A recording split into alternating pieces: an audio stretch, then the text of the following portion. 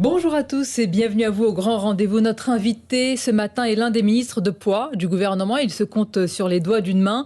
Propulsé numéro 2, il détient le record de longévité à Bercy. Bonjour Bruno Le Maire. Bonjour Sonia Mabrouk. Et merci d'être avec nous, ministre de l'économie, des finances, de la souveraineté industrielle et numérique. Vos chantiers et défis sont nombreux. Il y a bien sûr l'urgence en cette période d'inflation et puis la vision du politique à long terme. Quelle est-elle au moment où la majorité semble saisie de doutes à une semaine des législatives? Les sondages prennent un tour inquiétant. Sueur froide à l'Élysée, titre le journal du dimanche, alors que Jean-Luc Mélenchon s'installe ou veut s'installer en premier opposant. Nous allons en parler. À mes côtés pour vous interroger, mes camarades Cécile Cornudet des Échos. Bonjour à vous Cécile. Bonjour Sonia. Et le penseur et sociologue Mathieu Bock-Côté. Bonjour Mathieu. Bonjour. Bruno Le Maire, tout d'abord, grêle, foudre, pluie, c'est un cocktail dévastateur qui a touché plusieurs communes de notre pays.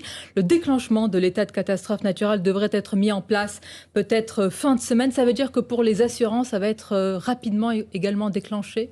Ça doit être rapide et nous veillerons à ce que ce soit rapide pour tous les Français, en particulier pour nos amis agriculteurs qui ont été très touchés. Ils sont déjà dans une situation difficile avec l'augmentation du prix des intrants, des engrais azotés. Il y a beaucoup de difficultés aujourd'hui dans le monde agricole. Nous allons étudier département par département là où il faut déclencher le dispositif de calamité agricole avec Marc Fesneau et nous ferons au plus vite. Ça me permet d'ailleurs de rappeler au passage que nous avons fait adopter au cours du précédent quinquennat un dispositif majeur, qui est le dispositif d'assurance agricole, qui permettra justement de faire face à ce genre de calamité de manière beaucoup plus rapide, beaucoup plus efficace et beaucoup plus protectrice. Il sera mis en œuvre au début 2023. Alors, dégâts matériels, rappelons également que le bilan fait état d'un mort et de 15 blessés. Vous avez parlé des difficultés plus largement, Bruno Le Maire. Nous sommes dans un pic d'inflation, c'est ce que vous avez dit. Et même si la France, il faut le dire, est l'un des pays de la zone euro avec l'inflation la moins forte, cela reste quand même sans précédent depuis 40 ans. Qu'est-ce qui vous fait dire qu'il y aura une décrue que vous situez précisément fin 2023 ? D'abord, je voudrais rappeler les propos du commissaire européen Thierry Breton. La France est le pays qui gère le mieux cette inflation. Ce n'est pas moi qui le dis, c'est Thierry Breton, commissaire européen. Et la réalité est qu'effectivement, nous avons aujourd'hui le taux d'inflation le plus faible des pays de la zone euro, à peu près 5%. Pourquoi ? Parce qu'avec le président de la République, nous avons anticipé cette inflation. On avait bien vu que la reprise était très forte, donc il y allait y avoir des tensions sur l'offre de produits. Ensuite, il y a eu la crise ukrainienne qui s'est rajoutée à cela au début 2022. Donc tout cela a provoqué une flambée des prix, face à laquelle notre première responsabilité est de protéger les Français. Et nous continuerons à les protéger. Mais ensuite, j'ose espérer que dans le courant de l'année 2023, les chaînes de valeur se remettront en ordre. On peut espérer que la Chine se rouvrira, c'est aussi un des éléments de tension.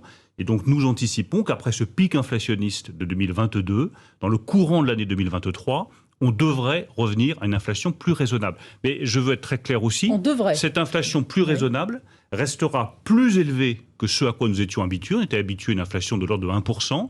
Nous aurons une inflation qui sera plutôt autour de 2%, pour deux raisons très simples. La première, c'est que la transition climatique coûte très cher et tire les prix vers le haut. Et la seconde, c'est que la régionalisation des chaînes de valeur, le fait qu'on se remette à produire chez nous, je suis ministre de la souveraineté industrielle et numérique, c'est très bien, mais c'est un peu coûteux. Mais dites-nous, l'inflation sur l'électricité, sur l'énergie, elle est quand même beaucoup liée à la guerre en Ukraine. Donc qu'est-ce qui peut laisser penser qu'en 2023, il y aura une amélioration de ce côté-là ? Alors, elle est d'abord liée, la flambée des prix de l'électricité, du gaz, elle remonte à l'automne 2021. Et la France est le seul pays, sous autorité du président de la République à l'époque de Jean Castex, à avoir dit attention, les prix de l'énergie vont fortement augmenter, donc il faut un bouclier tarifaire. Et nous l'avons mis en place à l'automne, c'est ce qui explique que nous ayons... de la guerre en Ukraine, c'est ça que la guerre en Ukraine, elle ne fait qu'accentuer un phénomène qui est plus profond.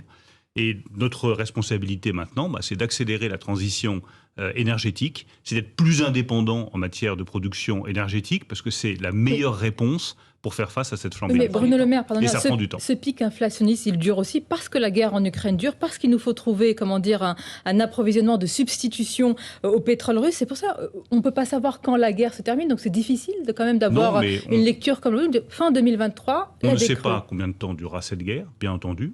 Elle peut s'inscrire dans la durée, le président de la République l'a dit à plusieurs reprises, mais nous allons d'un côté accélérer les investissements dans la transition énergétique. La loi de simplification qui est prévue pour les semaines qui suivront les élections législatives, elle vise justement à accélérer le déploiement des énergies renouvelables parce qu'on met beaucoup de temps, beaucoup trop de temps pour déployer, par exemple, des champs éoliens offshore. On va accélérer le déploiement de la transition énergétique.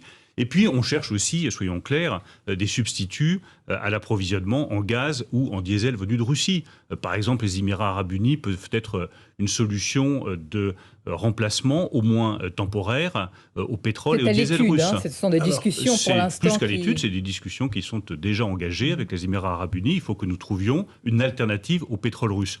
Et je le redis à quel point la décision qui a été prise de l'embargo sur le pétrole russe est à l'honneur de la présidence française de l'Union européenne et à l'honneur de l'Union européenne. Là, vous répondez à des critiques, notamment de certains comme Marine Le Pen, qui vous disent « Oui, mais vous ne pensez pas au pouvoir d'achat. À un moment, les opinions publiques risquent de se retourner en disant eh « Écoutez, ça pèse trop lourd. » Moi, je pense à l'indépendance française.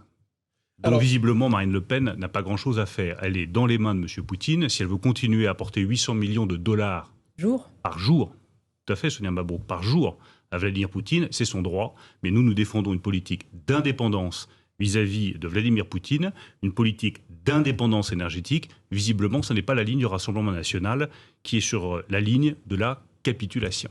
Bruno Le Maire, dans son entretien à la presse régionale, Emmanuel Macron annonce un conseil national de la refondation pour rassembler les forces vives dans un effort de modernisation, de réforme. Les oppositions disent usine à gaz, quinquennat du blabla. Dans quelle mesure ont-ils tort ? Je pense qu'ils ont totalement tort, mais je suis sidéré de voir cette France d'escrocs gneugneux qui, à chaque fois que nous faisons une proposition, vous tombe dessus à bras raccourcis. C'est les mêmes qui ont reproché, il y a quelques semaines, voire pendant toute la durée du quinquennat, à Emmanuel Macron d'être trop vertical, trop jupitérien. Il n'avait pas de mots assez durs pour critiquer l'exercice du pouvoir vertical par Emmanuel Macron. C'est les mêmes, toujours avec cet état d'esprit scrogneux où jamais rien ne va, qui vous disent mais ouvrir les grands débats avec le peuple français, avec les associations, les syndicats, c'est complètement inutile, c'est du blabla. Mais non. Et c'est le grand débat permanent qu'elle faisait référence à Emmanuel Macron ? Mais c'est pas un grand débat permanent, c'est simplement comprendre qu'aujourd'hui, les Français ont effectivement besoin d'une refondation des grands choix qui rassemble la société française. Ça veut tout dire et rien dire. Vous dites scrogneux. Est-ce qu'ils ne sont pas lucides, les oppositions, justement ? Vous avez installé ce pouvoir vertical et aujourd'hui, vous faites l'éloge de l'horizontalité. Je les écoute, toutes ces oppositions, et je les respecte, bien entendu. Mais moi, je combats cet état d'esprit scrogneux. Il y a cette façon de systématiquement critiquer, attaquer, ne jamais voir les opportunités, ne jamais faire preuve d'un peu d'enthousiasme pour son pays. Moi, je crois profondément, comme le président de la République, que sur nos institutions, sur le fonctionnement de la démocratie, sur nos grands choix climatiques, il y a besoin de nous rassembler avec l'ensemble des représentants du peuple français, que ce soit des élus, des syndicalistes, des associations, des citoyens tirés au sort, pour ouvrir ce débat, pour échanger ensemble. Je pense que ce Conseil national de la refondation sera utile, qu'il va permettre de libérer des paroles qui ont besoin de s'exprimer, qui vont nous permettre de nous poser des questions fondamentales sur le fonctionnement de la démocratie et que peut-être même au-delà de la France, ça permettra de montrer l'exemple d'une nation qui réfléchit à ce qu'est la démocratie au XXIe siècle. C'est une excellente chose. C'est sacrément ambitieux, oui. Mais c'est Emmanuel Macron lui-même qui, après le quinquennat Hollande, avait dit le dialogue social, les concertations, c'est facteur d'immobilisme. En quoi cette nouvelle structure ne sera pas facteur d'immobilisme, et notamment sur les retraites? On a l'impression quand même que la tonalité a changé. Emmanuel Macron parle maintenant de l'été 2023, alors qu'on était 6 mois plus tôt. Le Conseil des retraites reporte son rapport à la rentrée. Il n'y a plus de chiffres prononcés, 64 ans et a fortiori 65 ans. Est-ce qu'il n'y a pas... Vous connaissez l'histoire de Voltaire qui un jour rentrait de Ferney et était très pressé de rentrer à Paris. Et donc son cocher accélère, le carrosse menace de verser dans le fossé et Voltaire passe la tête par la fenêtre et dit à son cocher « Ralentissez, monsieur, je suis pressé ». C'est exactement ça. Ah bon, c'est de l'urgence d'attendre. Non, mais si on veut vraiment aboutir sur la réforme des retraites, qui est fondamentale, je ne l'ai jamais caché, pour moi c'est une priorité, c'est essentiel que nous arrivions tous à travailler davantage. Il faut prendre le temps de la concertation. Il faut prendre le temps d'un dialogue approfondi. J'ai reçu moi-même le représentant de la CFDT, Laurent Berger, le dirigeant de la CFDT. Il y a une voie de passage avec lui, même à 64 ans. Je pense qu'il faut que nous cherchions des voies de passage avec tous. Après, la décision appartiendra au président de la République, à la majorité qui aura été élue, et nous n'avons jamais fait mystère de notre détermination totale à faire en sorte que l'ensemble des Français travaillent davantage. D'abord par le plein emploi, et ensuite par une réforme des retraites. Parce que c'est la prospérité de nos enfants qui en dépend. Et que c'est dans le fond ce qui fait la différence entre notre projet et celui de Marine Le Pen ou de Jean-Luc Mélenchon. Eux veulent que la France travaille moins. Nous voulons que la France collectivement travaille plus pour garantir notre prospérité et le financement de notre système social. Vous dites prospérité de nos enfants. Il y a quelques jours, vous avez dit que la réforme des retraites, c'était pour payer moins d'impôts. Quel est l'objectif finalement de cette réforme précisément ? L'objectif, c'est effectivement créer de la prospérité, que l'ensemble de la France travaille davantage. Chaque personne qui travaille beaucoup en France, est totalement engagée dans son travail, mais il se trouve que nous gardons un taux de chômage qui reste encore trop élevé. Premier objectif, le plein emploi. C'est l'objectif stratégique du quinquennat. Deuxième objectif, faire en sorte que nous n'ayons pas le taux le plus faible de personnes de plus de 55 ans qui travaillent dans les pays développés, ou l'un des plus faibles. C'est l'objectif de la réforme des retraites. Inciter à travailler plus longtemps, tout en tenant compte, je le précise, des carrières longues, de la difficulté de certains métiers. Nous y ferons très attention. Tout cela nous permet quoi ? Tout cela nous permet de financer notre système de protection sociale et de financer notre retraite par répartition. Ceux qui proposent la retraite à 60 ans mentent aux Français. C'est la panacée, cette réforme des retraites. Mais c'est pas la panacée, vous entendre, elle va tout ramener. Mais ça ne va pas tout sans régler. Esprit scrogneux. Je dis simplement qu'elle est absolument essentielle pour garantir le maintien de la solidarité entre les générations en France. Et que ceux qui proposent la réforme à 60 ans sans avoir le premier euro pour la financer, ils mentent aux Français. Ils savent très bien, au fond d'eux-mêmes, que la seule façon de financer la retraite à 60 ans, c'est soit d'augmenter les cotisations de ceux qui travaillent, donc que nos jeunes soient moins bien payés, soit baisser les pensions des retraités. Eh bien nous, comme nous refusons catégoriquement de baisser la pension des retraités, au contraire on va la revaloriser, et comme nous refusons catégoriquement toute augmentation de taxes et d'impôts, nous sommes cohérents, nous proposons la réforme des retraites. Mais à vous entendre, c'est une réforme qui va de soi, pourtant les oppositions sont très nombreuses. Pour vous, c'est encore une fois l'esprit scrogneux ou il y a des raisons légitimes pour lesquelles bien des Français s'y opposent? Là, c'est un autre esprit, c'est celui de l'aveuglement. C'est l'autruche qui met la tête dans le sable. Ça, dans l'opposition, on le voit beaucoup. Mais notamment les Français l'opposition, d'accord, mais chez les Français qui s'y opposent, vous comprenez leur ça, c'est réserve? autre chose, mais je pense que quand on est un responsable politique, dans responsable politique, il y a le mot responsabilité. Et la responsabilité, c'est de bien faire comprendre à tous nos compatriotes que si nous voulons maintenir cette solidarité entre les générations, ceux qui travaillent financent les retraites de ceux qui ne travaillent plus, eh bien, il faut engager cette réforme des retraites. Et je regrette que cet esprit de responsabilité fasse défaut à beaucoup de représentants de la classe politique. On va continuer à en parler sans esprit scrogneux, mais avec lucidité, évidemment, pour aussi les atouts de la France, ses difficultés, ses défis, puis la politique également. À tout de suite. Et ce dimanche, notre invité Bruno Le Maire, nous avons parlé évidemment des défis urgents, inflation, pouvoir d'achat et puis aussi retraite. Et plus long terme, l'état de la France. Bruno Le Maire, l'opposition vous accuse de masquer un scénario probable de récession, de ne pas évoquer de sombres perspectives avant les législatives, de masquer la réalité de l'état de la France. Que répondez-vous à cela ? D'abord que je n'ai jamais masqué les difficultés. Je crois avoir dit il y a maintenant plusieurs semaines, voire plusieurs mois, que le plus difficile était devant nous. Difficile, nous y sommes. Le plus difficile pour nos compatriotes qui nous écoutent, ça se résume en un mot, inflation. L'augmentation des prix alimentaires, des prix de l'énergie, ça pèse sur la vie quotidienne de nos compatriotes. Donc c'est l'urgence absolue, continuer à protéger contre l'inflation. Mais pour le reste, l'économie française est solide. Nous aurons une croissance positive en 2022. Ça, je réviserai le chiffre, bien entendu. À la baisse. Je réviserai le chiffre parce qu'il était de 4%.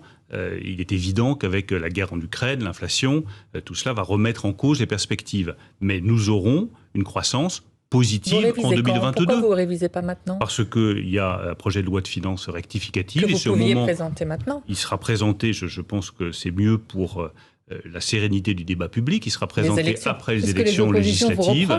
Et on donnera tous les éléments à ce moment-là. Mais l'économie française est solide. Elle a su faire face à la crise du Covid. Elle a été relancée plus rapidement que toutes les autres économies. Elle a retrouvé son niveau d'activité d'avant-crise, la première de la zone euro. C'est bien la preuve qu'elle a du ressort, l'économie française. Aujourd'hui, face à l'inflation...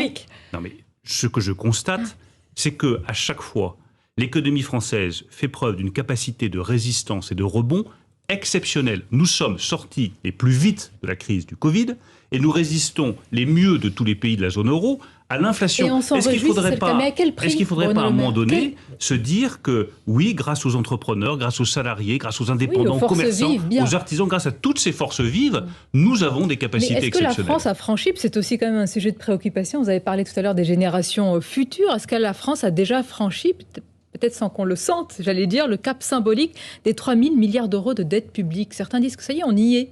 Et sur la dette publique, ça fait partie évidemment de la lettre de mission qui m'a été fixée par Elisabeth Borne, la Première ministre, et par le Président de la République. Et vous savez, les choses sont extrêmement simples. Il faut continuer à transformer l'économie française pour qu'elle soit compétitive, productive, et qu'elle nous donne une croissance qui soit forte et solide. Nous allons continuer cette transformation que nous avons engagée depuis 5 ans. Et nous allons la continuer en privilégiant une politique de l'offre, qui soutient la compétitivité des entreprises. Si le président de la République avait souhaité changer de politique, sans doute qu'il aurait changé de ministre de l'économie et des finances. Il ne l'a pas fait. Mais nous avons également, et le cap est extrêmement clair, affirmé à nos partenaires européens, affirmé à nos compatriotes, que nous reviendrions sous les 3% de déficit en 2027 et que nous engagerions la baisse de la dette publique à partir de 2026. Moi, ma responsabilité, c'est de tenir ces 2 dates. 2026, baisse de la dette publique. 2027, retour sous les 3% de déficit. Mais notre responsabilité, c'est de vous demander où sont vos économies, parce que personne n'imagine autour de cette table, et probablement ceux qui nous regardent et nous écoutent, que vous avez accepté de poursuivre à Bercy pour être le ministre de l'explosion de la dette, des taux et de l'inflation. Vous avez tout à fait raison. Donc, je ne peux pas vous dire le contraire. Vous avez dû mettre des garde-fous. Comment est-ce que nous faisons? Mais la dette, c'est une question de souveraineté aujourd'hui. Bien sûr. Si vous avez une dette trop importante, ça réduit votre souveraineté. Donc il est essentiel, surtout dans une période où nous savons que la Banque centrale européenne va normaliser sa politique monétaire, il est essentiel de tenir ce cap, baisse de la dette 2026, retour sur 3% de déficit 2027. Comment? D'abord, en créant de l'activité. La meilleure façon d'atteindre ces chiffres-là, c'est le plein emploi. C'est que tout le monde ait un travail et une activité en France, parce que ça fait de l'activité, ça fait des cotisations, ça fait des recettes, et ça nous permet tous de vivre collectivement beaucoup mieux. La deuxième chose, c'est la poursuite des réformes de structure. On l'a fait sur l'assurance chômage, nous allons le faire sur les retraites. Tout ça est une façon de transformer le pays dans le bon sens pour qu'il y ait plus d'activités pour tous. Puis la troisième chose, je tiens à le dire très clairement, y compris d'ailleurs à la majorité, parce que le cap a été fixé clairement par Elisabeth Borne et par le président de la République, nous sommes sortis du quoi qu'il en coûte. Chaque euro compte. Les économies, par exemple, on ne voit pas l'argent pour l'école, tant mieux. L'argent pour la santé, tant mieux. Mais sortir de quoi qu'il en coûte, ça veut dire quoi? Ça veut dire que nous ne sommes pas dans l'extinction d'une crise économique et d'une récession telle que nous l'avions connue pendant le Covid, où l'activité française était littéralement effondrée. Il fallait éteindre l'incendie. Nous avons été efficaces. Nous avons protégé les entreprises. Nous avons évité du chômage de masse. Et c'est pour ça que nous avons rebondi aussi fort. Mais aujourd'hui, nous privilégions une approche qui va être plus ciblée. Et je veux le dire avec beaucoup de gravité, chaque euro compte. Tout simplement parce que chaque euro a été gagné par le travail des Français. Donc, attendez, après les législatives, toutes les mesures seront beaucoup plus ciblées. On a vu que ce matin, dans le journal de dimanche, une 50aine de députés MoDem vous demandent justement à ce que le chèque alimentaire soit ciblé, soit bien identifié, bien ciblé. Je vais travailler avec toute la majorité, les représentants du MoDem. J'ai lu cette tribune qui est très, très juste. Vous avez aujourd'hui des millions de nos compatriotes qui n'arrivent pas à avoir accès à des produits alimentaires de qualité. Des millions d'entre eux, quand vous discutez avec la distribution, qui vont se ruer vers le prix le plus bas, les promotions les plus fortes.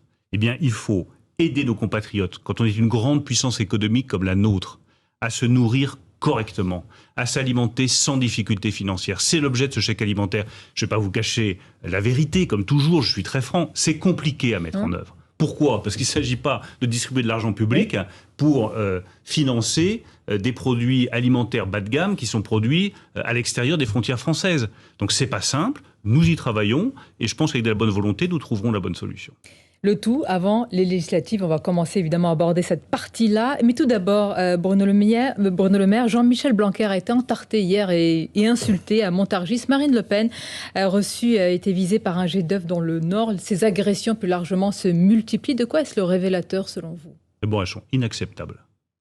Qu'elles touchent Marine Le Pen ou Jean-Michel Blanquer, à qui j'ai marqué mon amitié hier, c'est inacceptable. Il n'y a pas de place pour la violence dans le débat démocratique. Et certains, vous savez, prennent ça un peu à la légère. Ah, c'est que de la farine, c'est que des œufs. C'est extrêmement violent. C'est extrêmement brutal. C'est totalement inacceptable. Mais de quoi et ça doit être lourdement sanctionné. C'est symptomatique d'une dégradation du débat public que nous ne pouvons pas laisser prospérer. Alors c'est des gestes isolés. C'est pas partout. Moi, je fais des déplacements partout en France. Je me suis rendu en Alsace, à Colmar, à Célestat. Je me suis rendu dans le Saône-et-Loire. Tout ça s'est très bien passé. J'ai multiplié les déplacements. Mais nous ne sommes pas à l'abri à chaque fois de ces gestes isolés. Ces gestes sont isolés, doivent rester isolés, doivent être dénoncés et sanctionnés. Ce sera le cas, probablement en tous les cas, pour Jean-Michel Blanquer, puisqu'il s'agit de 2 enseignants. On verra quelle sera la suite, puisqu'ils sont en garde à vue. On va marquer une courte pause, on va venir à la politique. La majorité en plein doute. Vous avez lu le titre du JDD ce matin, Bruno Le Maire? Sueur froide, vous en avez? Moi, j'adore Hitchcock, mais je ne partage pas le titre du JDD. Notre invité Bruno Le Maire, à une semaine des législatives, les sondages prennent un tour inquiétant. La une du JDD, vous l'avez commenté, sueur froide à l'Élysée. La question vous est posée par Mathieu Bock-Côté. Alors, elle est toute simple, cette question. La majorité était conquérante, elle est désormais un peu inquiète. Qu'est-ce qui se passe mal? Qu'est-ce qui ne fonctionne pas en ce moment dans la campagne de la majorité? Bon, vous nous direz que tout va bien, mais imaginons que tout soit pas parfait. Tout n'est jamais parfait. Ah bon. C'est partie de la réalité de la vie. Mais moi, je garde un état d'esprit très conquérant. Je suis convaincu que le président de la République aura la majorité à l'Assemblée nationale. Absolument. Vous ne sentez pas monter la nupe? Non, enfin, vous savez, je suis une fois encore au contact de nos compatriotes, en déplacement très régulièrement. Je vois que nos électeurs ont conscience de la nécessité de donner une majorité au président de la République pour que nous puissions agir. Enfin, je rappelle que le président de la République a été élu avec 58% des voix sur un projet qui est très clair. Et comme les Françaises et les Français sont lucides, ils savent qu'il faut que le président de la République ait une majorité pour mettre en œuvre ce projet auquel ils ont donné leur feu vert au moment des élections présidentielles. Je pense aussi que chacun mesure bien que ce qui est singulier dans ces élections législatives, c'est qu'il est arrivé dans le temps qu'il y ait des nuances entre les projets des différents partis politiques. Là, ce sont des destins différents pour la France qui sont sur la table. Et je voudrais que chacun, tous ceux qui pensent que ces élections sont à prendre à la légère, remettent un peu de gravité et comprennent que c'est le destin de la nation française qui est en jeu. Ce que propose Jean-Luc Mélenchon, c'est très simple. C'est une France qui travaille moins. C'est une France qui réduit le temps de travail. C'est une France qui ne fait pas de réforme des retraites, mais qui promet de partir à la retraite à 60 ans. C'est séduisant pour une partie de la France. Oui, d'accord, mais si vous voulez... c'est la réalité. Ça peut être séduisant. Ce qui est moins séduisant, c'est que pour redistribuer des richesses, il faut d'abord les produire. C'est ce qu'a oublié M. Mélenchon. Lui, il redistribue des richesses à tout va, mais il ne veut pas les produire, et il veut même accabler d'obligations et de contraintes tous ceux qui produisent des richesses, les PME, les entrepreneurs, les artisans, les commerçants. Il faut que chacun ouvre les yeux sur les projets qui sont devant nous. Ce sont des projets qui sont radicalement différents. Vous le caractérisez d'abord par son anticapitalisme. Je le caractérise par 3 choses. Son autoritarisme. Regardez son projet, il est plein d'obligations et de contraintes. Ça fait partie de ces formations politiques qui veulent faire le bonheur des gens à leur place. Je m'en suis toujours méfié. Je le caractérise en deuxième lieu par la collectivisation des moyens de production et le refus du travail. Dans le fond, l'arrière-pensée du projet de Jean-Luc Mélenchon, c'est que moins on travaille, mieux on se porte. Il promet même, pour certains, le retour aux 32 heures. C'est le mieux vivre. Et la troisième chose, tout simplement, c'est ce qu'il dit aussi. La troisième chose, c'est un projet communautariste, dans lequel la nation n'est plus une nation universelle et unie, mais une somme de communautés dont on respecterait les langues, les mémoires, les coutumes, les cultures, alors que pour moi, c'est la nation française qui doit passer en premier. Voilà le projet de M. Mélenchon. Bruno Le Maire, pardonnez-moi, vous avez tiré le péril rouge, qui est le péril brun, pardonnez-moi, à la présidentielle. Là, vous tirez le péril... J'ai jamais employé ces termes-là. J'essaie de décrire de manière très précise. Le président de la République a parlé d'extrême droite. Je ne travaille pas comme ça, je le dis mais très simplement. simplement. Mais ce n'est pas vous qui avez favorisé la percée de Jean-Luc Mélenchon? Je ne travaille pas comme ça, c'est-à-dire je n'y vais pas à coup de slogan. Je lis les projets. Et donc le projet de M. Mélenchon, si je le lis bien, est communautariste, c'est un projet collectiviste et c'est un projet autoritaire. Je n'en veux pas pour la France. Et je veux que chacun s'en rende compte. De l'autre côté, lisez le programme de Marine Le Pen, je l'ai lu aussi attentivement. Tous les travailleurs frontaliers, j'étais en Alsace il y a quelques jours, sont très heureux d'apprendre que Mme Le Pen veut rétablir le contrôle aux frontières de l'Union européenne. Concrètement, ça veut dire quoi? Ça veut dire que demain, si elle devait avoir une majorité, on rétablirait les contrôles aux frontières entre la France et l'Allemagne, compliquant la vie de centaines de milliers de nos compatriotes qui chaque jour font l'aller-retour. Est-ce que ce n'est pas vous qui avez fait monter ces extrêmes, à la fois à l'extrême droite et à l'extrême gauche, parce que vous faites une campagne tardive, parce que vous avez fait une campagne un peu dépolitisée, parce que le président est entré de plein pied en campagne là, à la faveur et à l'aune de cet entretien à la presse régionale? N'êtes-vous pas responsable de ce que vous dénoncez ici même? Je ne crois pas. Je fais campagne et je suis engagé politiquement depuis le premier jour de cette campagne. Je ne pense pas avoir il n'y a pas de dynamisme, il n'y a pas de ferveur, il n'y a pas d'effervescence. Vous le sentez bien. Avoir ménagé mes forces dans cette campagne législative. Et vous demanderez à tous ceux qui m'ont eu la gentillesse de m'accueillir sur le terrain. Et vous sentez un enthousiasme autour de vous? Oui, je sens un enthousiasme autour de la majorité. Je sens la volonté de donner au président de la République une majorité claire. Et je vais vous dire, on peut en débattre pendant des heures et des heures. Il y a un juge de paix. C'est le peuple français. Il se prononcera dimanche 12 juin et dimanche 19 juin. Et ma conviction intime, nourrie des centaines de rencontres que j'ai faites depuis plusieurs semaines, c'est qu'ils donneront une majorité au président de la République. Mais malgré tout, j'insiste sur le fait que les projets aujourd'hui qui sont sur la table sont rigoureusement incompatibles, que c'est des destins différents qui s'offrent à la France et que par conséquent, tous ceux qui nous écoutent, tous ceux qui croient dans le projet du président de la République, tous ceux qui croient dans la valeur du travail, dans l'entrepreneuriat, dans la construction européenne, dans l'unité de la nation française, doivent se mobiliser. Ils ne doivent pas traiter par-dessus la jambe. On dirait que c'est vous Ils le ne doivent pas traiter par-dessus la jambe une élection qui est un moment fondamental, aussi important que l'élection présidentielle pour l'avenir de notre pays. Est-ce que les projets politiques ne sont pas plus difficiles à lire? Je m'explique. La majorité... Moi, il me semble très simple à lire. Vous allez voir. La majorité, pour reprendre la formule d'Emmanuel Macron, rassemble à la fois des gens de la droite bonapartiste et de la gauche écologiste. C'est ce qu'il appelait l'extrême centre. Bon, vous vous souvenez de la formule, c'était une semaine avant le premier tour. Donc, la campagne de premier tour, une campagne plutôt de centre-droit. La campagne de deuxième tour, une campagne marquée à gauche. Et de l'autre côté, le projet de la gauche mélenchoniste, qui lui est plus clair quand même, plus identifiable. Très critiquable, certes, mais plus clair. Est-ce que c'est pas le problème en ce moment de la majorité? Un programme difficile à percevoir avec une gauche beaucoup plus claire et qui fait de la politique, elle? Je ne trouve pas qu'il y ait beaucoup de clarté dans un projet de gauche qui rassemble des Verts, des socialistes, dans une espèce de gigantesque course aux places où pour sauver des circonscriptions, on abandonne ses convictions. Je vois au contraire beaucoup de cohérence dans le projet qui est porté par la majorité, par le président de la République. Le travail, la juste rémunération du travail, le plein emploi, c'est cohérent. Le soutien aux entreprises pour qu'elles soient plus compétitives, oui, nous allons continuer à baisser les impôts de production. Et dès le projet de loi de finances de 2023, il y aura une baisse de la contribution à la valeur ajoutée pour diminuer les impôts de production, relocaliser l'industrie, recréer des emplois industriels dans notre pays. C'est cohérent. On ne s'est jamais caché que nous soutenions l'esprit d'entreprise dans le pays. L'intégration européenne, la volonté d'être une grande puissance dans un grand continent européen, ça a toujours fait partie de notre ADN politique. L'unité de la nation. Enfin, je rappelle, Mathieu Bock-Côté, que la première décision que voudrait prendre Jean-Luc Mélenchon, c'est l'abrogation de la loi contre le séparatisme.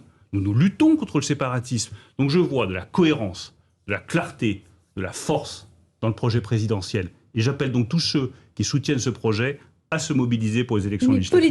Politiquement, moi on vous entend depuis quelques jours, Bruno Le Maire, vous qualifiez Jean-Luc Mélenchon de tous les mots, là, le programme, lui, de Chavez gaulois, mais est-ce que vous reconnaissez que politiquement, eh bien, il a su donner le ton, le là de ces législatives? Vous pouvez le critiquer, la réalité c'est qu'il apparaît et vous en avez fait le premier opposant. La preuve, vous ne parlez que de lui. Jean-Luc Mélenchon. Comme vous. Et comme moi. Oui. Et comme j'appelle aussi tous les membres de la majorité à en faire. Nous devons faire de la politique. Faisons plus de politique. Mais de la politique au sens noble du terme. C'est-à-dire en montrant que la politique n'est pas un jeu de querelles, de place, de personnes. Mais que dans la politique se joue le destin de la nation française. Se joue le destin de notre patrie. Se joue le destin de nos enfants. Et tous ceux qui considèrent que dans le fond, leur vote ne compte pas, je crois qu'ils ont tort. J'ai envie de dire ce matin aux Françaises et aux Français, vous avez le pouvoir. Et ne sous-estimez pas le pouvoir que vous avez. Le quoi qu'il en coûte, le soutien aux entreprises, le soutien aux salariés, qui a sauvé l'économie française, sans le soutien du peuple français, sans le vote du Parlement français et des députés français, ça n'aurait pas été possible. La loi sur le pouvoir d'achat, avec un certain nombre de mesures, sinon pas la majorité, on ne peut pas faire voter ce paquet pour le pouvoir d'achat et ce soutien massif au pouvoir d'achat que nous prévoyons avec le président de la République. Que chacun prenne conscience du pouvoir qu'il a. Mais on note que vous appelez à faire de la politique, c'est-à-dire que vous appelez la majorité, peut-être aussi le gouvernement. Oui, la politique, c'est bien, la politique, c'est noble, la politique, c'est digne. Ça n'est pas ce qu'on en dit. Et donc, ne pensons pas que nos choix peuvent se résumer à des principes purement technocratiques. Nous sommes, derrière le président de la République, une majorité qui a une cohérence politique et qui doit retrouver du goût à faire de la politique. Il ne vous a pas échappé que vous êtes embourbé dans un début de mandat marqué par les polémiques. Est-ce que c'est cela qui vous anesthésie? L'opposition vous décrit comme, non pas vous personnellement, comme groggy. Ce matin, je ne dis pas forcément groggy, vous. Dans les cordes. C'est ce que dénonce l'opposition. Au milieu du ring, comme beaucoup d'autres, très tonique, très engagé, et surtout avec une ambition. Donner le meilleur aux Françaises et aux Français. Vous reconnaissez que vous avez été débordé en début de mandat, quand même. Une polémique par jour, quasiment, c'est presque inédit. Oui, on va tous les citer, on va en parler de quelques-unes. Quand je vais à Célestat, à Colmar, à Dijon, à Firminy, à Saint-Étienne, j'en ai vu des Françaises et des Français. Il n'y en a pas un qui m'a parlé de ces polémiques.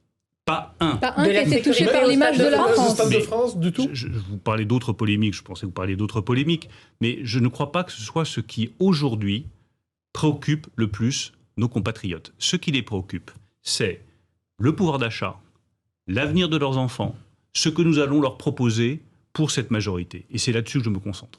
Mais permettez de revenir à la question, vous parlez de polémique, vous avez laissé de côté celle du Stade de France, de la sécurité au Stade de France. Est-ce que depuis une semaine, cette question n'est pas en train de paralyser ou votre majorité? Vous n'êtes pas en train de vous y embourber avec les supporters anglais?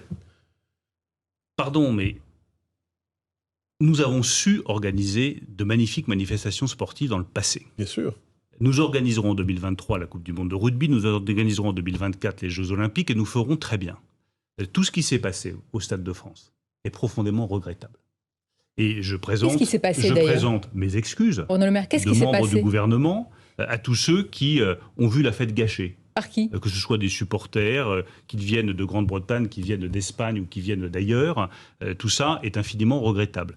Il y a une enquête, plusieurs enquêtes d'ailleurs qui sont menées, laissons les enquêtes aller à leur terme. Mais ce que je ne comprends pas, c'est cette manière qu'on a de mettre systématiquement la tête sous l'eau des Français.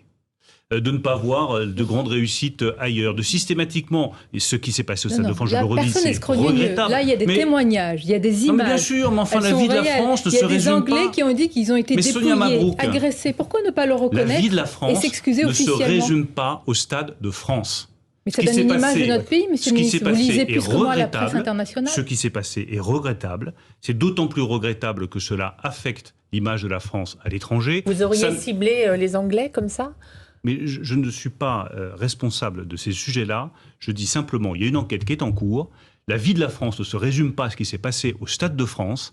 Et je trouve qu'on peut aussi regarder, tout en présentant ses excuses comme je l'ai fait, tout en disant que les enquêtes doivent aller jusqu'à leur terme, regarder aussi tout ce qui se fait de formidable dans notre pays, tous les événements positifs, tout ce qui se passe en termes de création d'entreprises, de création d'emplois et de dynamisme. Fort heureusement que notre pays peut organiser de telles organisations sportives. La question, c'est que vous lisez la presse anglaise et d'autres presses vraiment internationales qui a parlé de l'image de la France. C'est en cela qu'elle a touché. Il y a un sondage qui indique qu'une grande majorité de Français a éprouvé un sentiment de honte. C'est pas négligeable quand même. Bien sûr que ce n'est pas négligeable. Je dis simplement, cet événement est passé. Dans la vie, voilà, il y a des événements qui sont regrettables. C'est un événement qui est profondément regrettable. Ce n'est pas symptomatique d'une certaine inquiétude par rapport à la sécurité. C'est quand même la question qui est revenue. Mais que la sécurité soit au cœur de nos préoccupations, c'est une évidence. Enfin, je rappelle que nous sommes une majorité qui a recruté 10 000 policiers supplémentaires, que nous finançons une loi de programmation pour l'intérieur qui est une des plus ambitieuses de ces dernières années. Mais attention à ne pas confondre un événement regrettable et la vie de la nation. Parce que je trouve, et parce que à force de systématiquement revenir là-dessus, dire que la nation française aurait été humiliée et en faire des tonnes sur le sujet, je pense qu'on passe à côté de la vie de la nation. La vie de la nation ne se résume pas à un événement infiniment regrettable qui s'est passé au Stade de France. On va évoquer d'autres, pas polémiques, en tous les cas, la suite de ce qui s'est passé au début de mandat. Qu'est-ce que ça dit aussi sur la politique à long terme? Votre vision à vous, particulièrement, Bruno Le Maire. On marque une courte pause et on se retrouve sur Europe 1 et CNews. Et avec un ministre très politique, numéro 2 du gouvernement, ministre de l'économie, des finances, de la souveraineté industrielle et numérique. Et la question vous est posée par Cécile Cornudet. Oui, venons-en à votre positionnement, Bruno Le Maire. Vous êtes un ministre de droite, vous venez des rangs de la droite et vous cohabitez dans le gouvernement avec des personnalités qui portent une autre ligne, comme le ministre de l'Éducation, Pap Ndiaye. Est-ce que la cohabitation va bien se passer? Il n'y a pas de cohabitation. Il y a de la cohésion. Non, il n'y a aucune cohabitation. Moi, j'aime pas la cohabitation. La cohabitation est un empêchement institutionnel. Donc je pense que le pays a besoin d'avancer vite, d'avancer fort. Et donc il faut qu'il y ait une équipe totalement soudée, c'est le cas, autour de la première ministre Elisabeth Borne et derrière le président de la République. Je ne peux pas concevoir d'autres Pour voir s'il y a cette cohésion, l'opinion a révélé cette semaine qu'il y avait une prolifération des tenues islamiques à l'école. Est-ce qu'il faut que le ministre de l'Éducation mette le holà à cette diffusion? Je pense que le président de la République était très clair. Il n'y a pas de place en France pour des signes extérieurs. C'est à lui de le décider. Je ne suis que ministre de l'économie et des finances. Mais c'est à lui de le décider. Mais il n'y a pas de place pour les signes ostensibles, religieux à l'école. C'est la loi, et la loi doit être respectée. Mais je reviens à la cohésion de ce gouvernement. On a la même ambition, le plein emploi, l'accélération de la transition énergétique. Il n'y a rien de plus important. Et chacun des ministres, la Première ministre l'a dit très clairement, doit se sentir responsable de l'accélération de la transition énergétique. La défense de la nation, avec la lutte contre la délinquance, l'insécurité ou l'islam politique. Et en dernier lieu, la construction européenne. Tout ça nous rassemble au-delà d'un clivage droite-gauche dont j'ai déjà dit à plusieurs reprises, je ne vais pas me répéter que pour moi, il est caduc. Il est caduc, mais la question, on imagine évidemment qu'on se rassemble tous derrière ces grands défis pour notre pays, mais est-ce que vous vous reconnaissez, par exemple, dans toutes les déclarations elles ont été exhumées, non pas pour nuire au ministre de l'Éducation, mais pour comprendre. C'est un intellectuel, un universitaire qui a travaillé. Est-ce que vous vous reconnaissez dans toutes ces déclarations? Moi, il m'inspire beaucoup de fierté. Pap Ndiaye, le nouveau ministre de l'Éducation nationale. Beaucoup de fierté. D'abord, de la fierté par la rigueur de ses travaux intellectuels. J'ai été universitaire. C'était mon premier métier. Alors moi, je n'ai pas travaillé sur le racisme, j'ai travaillé sur Marcel Proust. C'est un peu différent, mais j'ai toujours beaucoup de respect pour le travail universitaire. Pap Ndiaye a fait des travaux universitaires de très grande qualité. Respect. Pap Ndiaye a un parcours personnel qui est singulier et fort. Respect. Pap Ndiaye est capable de passer de la société civile à la vie politique. Respect. Bon, c'est un homme qui m'inspire du respect et de la fierté. Je l'entends bien, vous respectez avec raison son travail universitaire. Je devine néanmoins que vous pouvez avoir des désaccords de fond, peut-être avec certains concepts qu'il avançait. Mais on peut avoir. Je vous donne un exemple. Lorsqu'il dit que le racisme anti-blanc n'existe pas, que c'est une impossibilité théorique, je devine vous être en désaccord avec lui sur ça. Et je ne vais pas me lancer dans des grandes réflexions théoriques sur le racisme anti-blanc. Non, c'est pas concret. Ce que je me méfie de ces mots à l'emporte-pièce. Mathieu Bocoté. Je pense que c'est pas comme ça. Je pense que s'interroger sur le racisme dans une société, c'est sain. Bien sûr. Et que c'est bon d'avoir des débats. Évoquer les races, est-ce que ce n'est pas racialiser, au contraire, le débat? Je pense que se poser la question dans une société de ce qu'est le racisme, y a-t-il du racisme, comment est-ce qu'on le combat? Affirmer qu'il y a du racisme structurel en France, c'est sain? Et c'est nécessaire. Ensuite, on peut avoir des appréciations qui vont être différentes, mais ce qui nous rassemble avec le ministre de l'Éducation nationale, c'est une vision universaliste de la nation française. Nous ne sommes pas des communautaristes. Nous croyons à une République universelle. Nous croyons à la République des Lumières. Nous croyons à l'élévation des gens par la raison. Ça nous rassemble. Et c'est pour ça que moi, je suis heureux et fier de siéger au Conseil des ministres avec la Première ministre Elisabeth Borne, sous l'autorité du Président de la République. Donc, ça sera sa ligne au ministre de l'Éducation. C'est ce que vous dites. Tout ça me paraît cohérent et utile pour le pays. J'ajoute une chose, c'est qu'il est important qu'un gouvernement ressemble aussi à la société française et qu'il ne soit pas composé de personnes qui soient toutes identiques avec exactement les mêmes parcours universitaires, les mêmes expériences. C'est très important. Parce que la société française elle-même, elle est diverse, rassemblée autour de cette idée d'universel et de nation. Mais avoir de la diversité dans un gouvernement, je pense que c'est bon. Oui, même si parfois, sur certaines déclarations, on peut être en opposition. À la fin, ce sont les défis qui vous rassemblent, c'est bien ça? Non, je pense que ce qui nous rassemble, c'est une conception commune de la nation et la volonté surtout de servir les Français. Vous savez, moi, la ligne rouge de mon engagement politique depuis maintenant 20 ans, c'est le service des Françaises et des Français. Alors justement, évidemment, c'est le même attachement que le président Emmanuel Macron, mais à un moment du quinquennat, quand même, Bruno Le Maire, et fatalement, il faudra qu'on en parle, Emmanuel Macron, parce qu'il ne peut pas se représenter, va être challengé, en tout cas confronté à la réalité de tous les aspirants à la présidentielle de son propre camp. Est-ce que vous anticipez ce moment qui va être particulier, presque inédit dans ce quinquennat à venir ? Ce moment n'est pas venu. Il va venir. Il viendra. Vous ne dites pas que vous n'y pensez pas. Ce moment n'est pas venu et je n'y pense pas en me rasant. Un président qui ne peut pas se représenter n'a-t-il pas une date de péremption, pardonnez-moi, collée sur le front ? Vous savez, je vais être très direct. Ça demande beaucoup de sacrifices d'être ministre. C'est un immense honneur, mais ça demande beaucoup de sacrifices personnels, familiaux, vis-à-vis de sa femme, vis-à-vis de ses 4 enfants. J'ai 4 enfants. C'est pas une vie facile. Je me suis posé la question, est-ce que je continue pour un quinquennat suivant ? Et je n'ai continué que pour une raison. Faire de ce quinquennat un succès encore plus important que le quinquennat précédent. Sinon, je serais passé à autre chose. Donc, je vous le redis, je ne pense pas à 2027 en me rasant. Je pense qu'il n'y a que la classe politique et que le microcosme politique. Non. Il y en a d'autres qui pensent, vous savez très bien, Édouard Philippe notamment. Mais quand on est responsable de l'économie française, dans une période qui touche tous nos compatriotes. Quand je vois des ouvriers qui renoncent à aller travailler à leur usine parce qu'ils n'ont pas de quoi payer l'essence dans leur voiture, moi ce qui me préoccupe, c'est cet ouvrier qui n'a pas de quoi payer son essence pour se rendre chez Liebherr, grande entreprise industrielle qui se trouve en Alsace à Colmar. C'est ça qui me préoccupe et uniquement ça. Et si j'avais eu autre chose en tête que servir les Françaises et les Français et donner le meilleur pour l'économie française, j'aurais fait un autre choix il y a quelques semaines. Vous étiez encore plus libre pour ce second mandat, c'est pour ça qu'on vous pose la question. Il paraît impossible que vous ne pensez pas à la suite. Être libre, Sonia Mabrouk, c'est pas penser à la suite. Être libre, ça se joue au quotidien. Être libre, c'est pas se laisser enfermer dans le jeu politique, mais la vie est 1000 fois plus imaginative que le jeu politique. Mais être libre, c'est se projeter dans l'avenir aussi. Mais non, être libre, c'est pas se projeter dans l'avenir. Être libre, c'est donner le meilleur chaque jour. C'est ce que j'essaye de faire. Donner le meilleur chaque jour. Et il y aurait une vraie indécence de ma part, à penser à autre chose comme ministre de l'économie, des finances, de la souveraineté industrielle et numérique, que de penser à autre chose qu'à l'économie, les finances, la souveraineté industrielle et la souveraineté numérique. Mais ce temps viendra, vous en êtes conscient. Non. J'ai conscience. Non, mais dans 4 ans, 4 ans et demi peut-être. On va reformuler la question différemment. Le moment n'est pas venu. Et je n'ai conscience que d'une chose, parce que c'est ce que je vois, c'est ce que je ressens, c'est ce que je vis.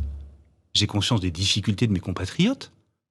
Enfin, c'est de ça dont j'ai conscience. Donc vous pensez vraiment que dans ma tête, là, tout d'un coup, je me dis, tiens... Non. Mais par exemple, vous avez fait des choix. Vous avez choisi... Je me dis, j'ai rencontré... Je reviens à cet ouvrier qui m'a marqué, avec lequel j'ai discuté, qui m'a dit, moi j'adore mon boulot, j'adore faire des machines de chantier chez Liebherr à Colmar, en Alsace. Mais je ne peux pas payer 200 € de plus de facture d'essence par mois. Qu'est-ce que vous faites pour moi? Nous avons consacré la quasi-entièreté de l'émission et personne, évidemment, on y pense tous et nous sommes dans L'Oréal. La question, c'est que vous avez fait des choix politiques. Vous avez choisi, par exemple, de ne pas rejoindre le parti. Et le pari d'Édouard Philippe, ça dit bien quelque chose pour la suite. Je ne me trompe pas. Enfin, ça dit absolument rien. J'ai fait un choix en 2017.